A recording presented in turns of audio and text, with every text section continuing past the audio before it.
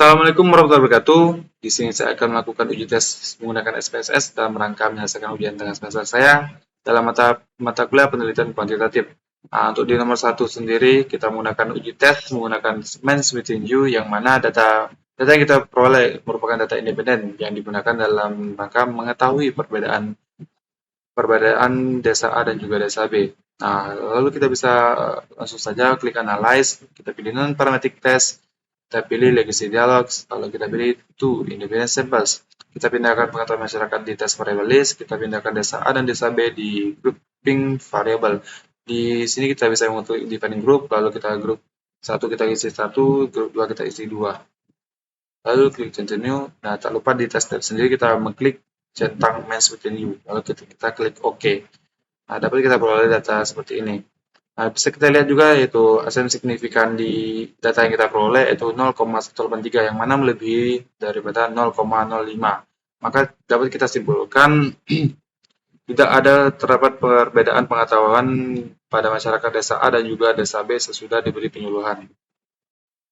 Nah, untuk nomor 2 sendiri kita menggunakan uji Wolf-Wolffish, di mana dua sampel ini tidak saling berhubungan dan data ini ordinal dan merupakan run test. Nah, untuk cara-caranya kita klik Analyze, lalu kita pilih Non-Parametric Test, Legacy Dialog, lalu pilih To Independent Samples. Lalu kita pindahkan kemampuan dalam mengerjakan bahasa Inggris ke test variable list. Jurusan sosiologi dan ilmu politik kita pindahkan ke grouping variable.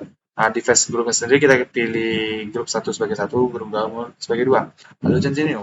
Nah, di test tab sendiri kita pindahkan Mains Within You tadi ke Wolffish Runs, lalu kita pilih OK. Nah, di sini kita melihat ASEN signifikannya sendiri 0,0, yang mana kurang dari 0,05. Maka dapat kita simpulkan hipotesis ini diterima.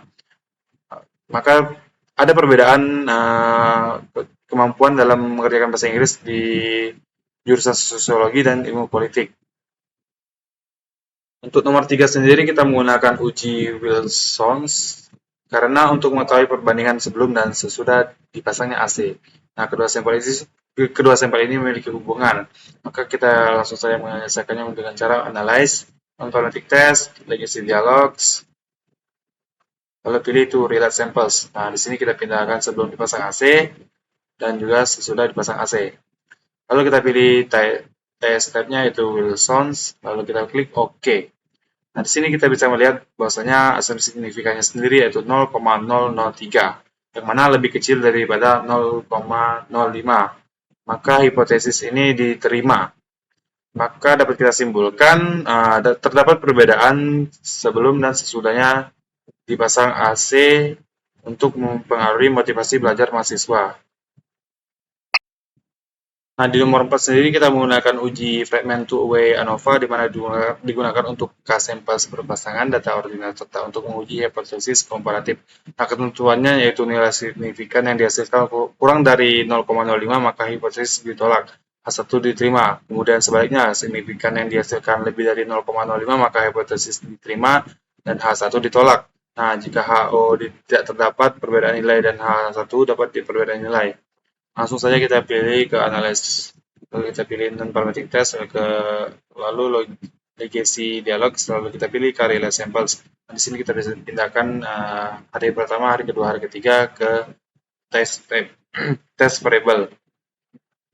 Lalu kita pilih fragment, lalu kita klik OK. Nah, di sini dapat kita lihat ASEN signifikannya yaitu 0,140, yang mana lebih dari 0,05.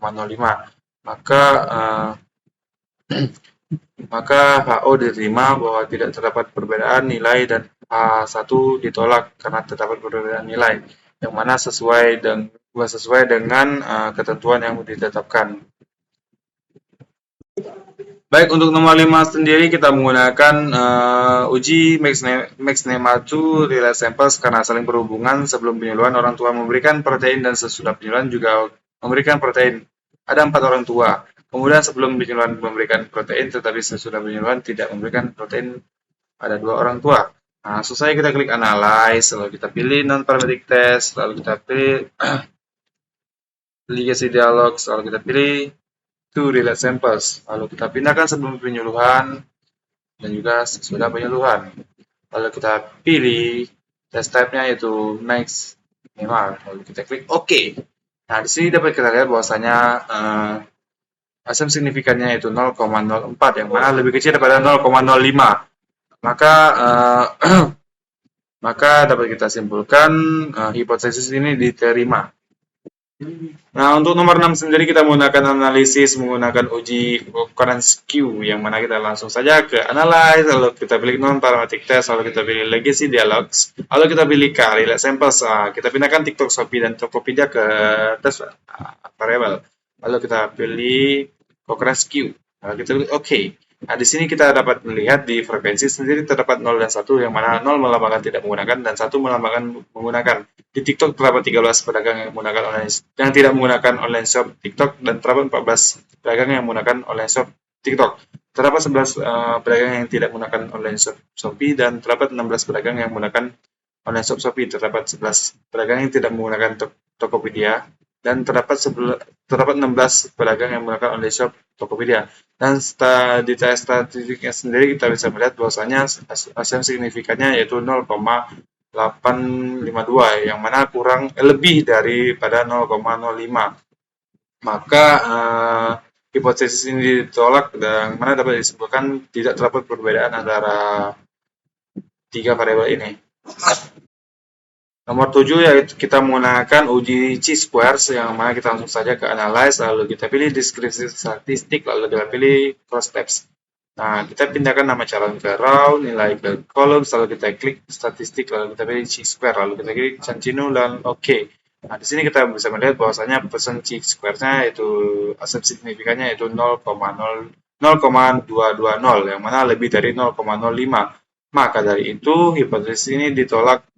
Jadi tidak terdapat perbedaan. Cukup sekian dari saya. Wabillahi taufiq wal hidayah. Wassalamualaikum warahmatullahi wabarakatuh.